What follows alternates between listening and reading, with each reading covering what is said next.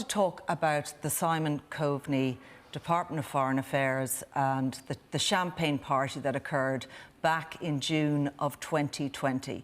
So cast your mind back, we were at level 4 in terms of restrictions then. The country was in a semi-lockdown, but there were celebrations taking place in a government department. Kevin Doyle, on this, the controversy around this gathering is certainly gathering pace now. A lot of it on foot of the investigation that appears to be taking place, though it was very slow to confirm that this investigation was happening and within the Minister's own department. Yes, it must be a top secret investigation, and Shane knows how top secret anything in government is, but it seemed to get launched, and Minister Coveney and indeed Minister Varadkar both managed to come out to take public questions on it, and neither of them managed to tell us that there was an investigation taking place, which is incredibly odd.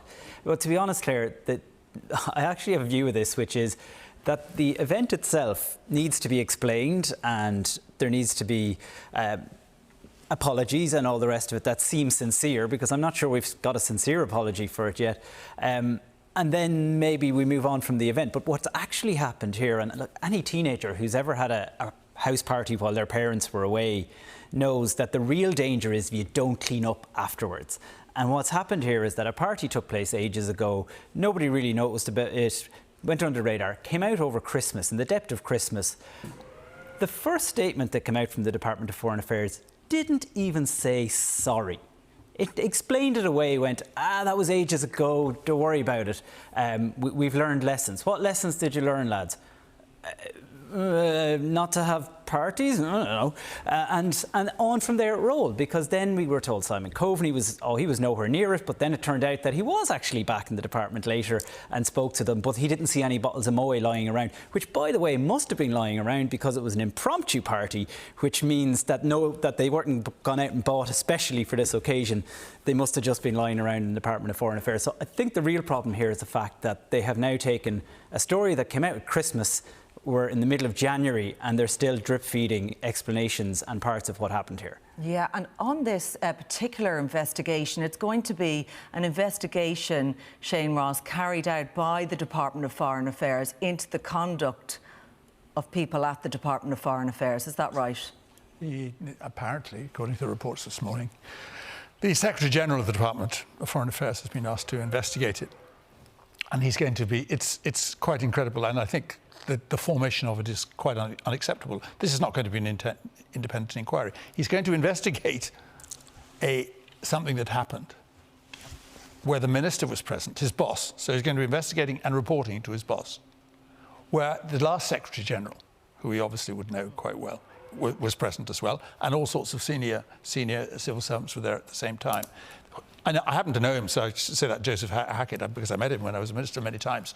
He's a very, very good person, but he's been put in an extraordinarily invidious position where he's going to be asked to report to his minister on himself and the behaviour of the party of his predecessor, who he'll know very well. This is not a credible investigation at all. It's not meant to be. So what's likely to be the outcome here? You know, we've learned lessons from it. No, we don't know what his terms of reference are even yet, and I doubt if he's actually got any. I mean, this is a complete and utter shambles, and what it looks to me like is that the Department of Foreign Affairs, which has always been a somewhat elite layer of the civil service, held this party impromptu, thought that the normal rules didn't apply to it, did nothing about it. The minister came in, knew about it.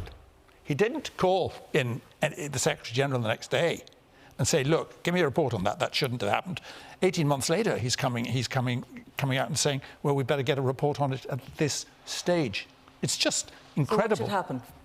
I think they should have an independent called in who should report to the Taoiseach, not to the Minister for Foreign Affairs, on what happened. OK, that's resources, that's money. Do you think it's money wisely spent? The public need answers on this. Absolutely, because there are completely and utterly different penalties being imposed for offences against COVID. Look what happened to people in Golfgate. I don't know who got what penalty. Some people got away scot-free. Well, that is the subject, as we know, of legal proceedings at the moment, so we won't go there. But I'm talking to the ones which have gone through already. Some people got away. And in this particular case, it appears that civil servants get a rap on the knuckles, and 2 of them got promoted Two of them are actually ambassadors. Right, Valerie, one rule for some and everyone else have to stick by the lockdown. Totally, Claire. I mean, as Kevin said, it was level 4 lockdown. They weren't wearing masks. They had a few handy bottles of champagne. But what I wonder is, you know, whether this is going to do Simon Coveney any damage. Is it going to wreck his eventual leadership ambitions? I don't know. I mean, he came out of the Catherine Zappone episode fairly unscathed, and he is a very popular minister. So I think we have to watch this space and see, you know, in the public eye, Despite is this going to change? disastrous outings at the Committee for Foreign Affairs. Absolutely. When he was put through the ringer and had to go back on himself a couple of times. So that's the question, you know, will he be appearing again, and how he should respond to this? Absolutely. And, you know, is public opinion going to change towards him? And what about the party? I mean, Shane could probably tell us more about that even. You know, how has the party reacted to this? The ordinary people who are, you know, running around getting votes. Are things going to change there? I think that Simon is very popular amongst the grassroots of the party. He's probably the most popular in the vote. He got more than Leo, and that he's not so popular in the parliamentary party. I think he's damaged, certainly. It's very difficult to, in a situation like this, because he was such a good minister in Brexit and in terms of Anglo-Irish affairs and all those areas. But he's now slipped up in an extraordinary way, and there seems to be a presumption, I think, amongst some ministers who've been there too long, that somehow the rules don't apply to them after they've been there for a long time. They get the kind of trappings of power go to their heads, and I think that's particularly true in the case of Department of Foreign Affairs. What's likely to happen now in this case, Kevin Doyle, because the committee has to decide whether they want to call Minister Simon Coveney before to answer questions? Yeah, and I imagine they ultimately will. There will obviously be some scepticism among the Fine Gael and Fianna Fáil members of that committee as the coalition partners in government, but I think ultimately they won't want to be seen to be brushing it away, because that will then drag the members of that committee to being questioned about why on earth they don't think this is worth asking the questions about. So I think we will see Simon Coveney. Most likely he will probably argue that they should complete Joe Hackett's investigation first, and that then he can come with the full facts. But to be honest, Claire, I know they've an end of the month, which is a reasonably quick time for any investigation to turn around, but it seems really simple to me. The people who were there are all in the photograph. Who bought the champagne, lads? Did an email go around about it? How did it happen? You could do it in an afternoon if you really wanted to. And was it on expenses? Well, they've said it's not. They said, but we don't know who paid for it at the same time. So to be honest, Claire, they could let you in there for the afternoon, put them all down in front of you for 20 minutes each, and I think you'd have the answers.